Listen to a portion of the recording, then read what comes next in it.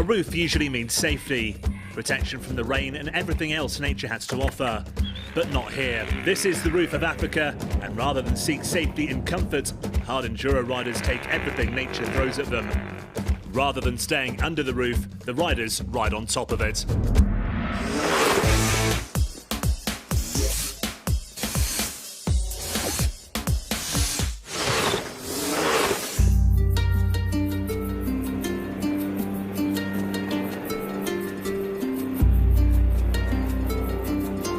Usually when the hard enduro family come back to Lesotho, it's a party as well as a race. But this year, a sadness hangs over the roof of Africa. Errol Dalton was a legend of the race, lining up here 22 times and usually finishing amongst the top riders.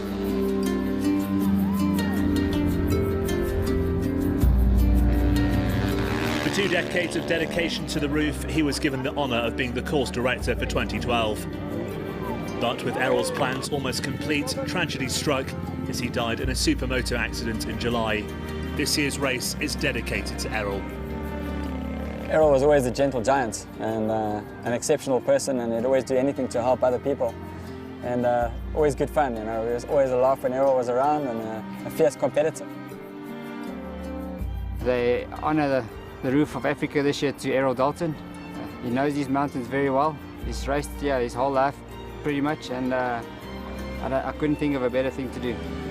I was supposed to help him throughout the event, and yeah, so with him passing away, I had to step in and take over the event. This event has been dedicated to Errol, his family, and it's just something we wanted to do for him.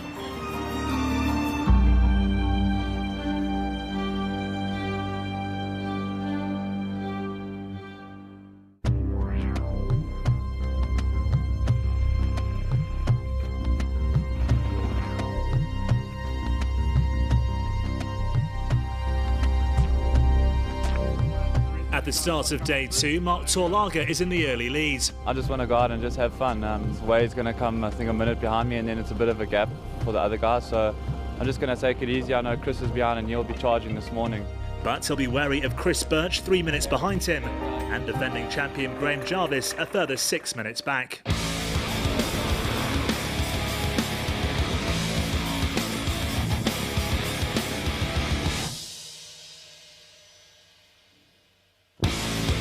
But as the riders take off and head towards the first checkpoint, it was a different South African who dominated, 16-year-old Wade Young.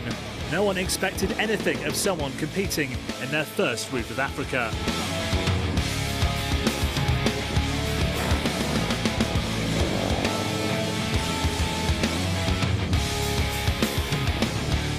Whilst Young looks to become the youngest ever winner of the Roof, Jarvis, 21 years his senior, is starting to make up the ground he lost on the first day. Altus de Vet has also managed to get amongst the leaders as he overhauls Torlager. Behind them, 2 multiple champions battle to stay with the pack. Chris Birch and Round the Houses winner Daryl Curtis. Both are struggling, Curtis with his brakes and Birch with illness. I came into the section called Blackneck and I just melted. I started to feel weird, and I thought I'll just keep pushing and it'll come right. And then it was like my body just flicked a switch.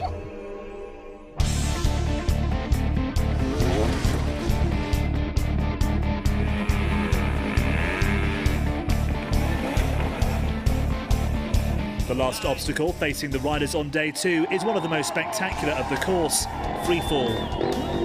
As the riders come down, it's Wade Young who finishes first. I got away and I just felt good. I pushed hard, battled tough with the heat killing, but thanks to everyone that helped me out there. When the crowd scream, I get goosebumps. It's awesome. But he'll have to have the race of his life if he's to keep Jarvis at bay. It's been one of the toughest days I've ever had on a bike. It's been a really long day, yeah. 250 kilometres.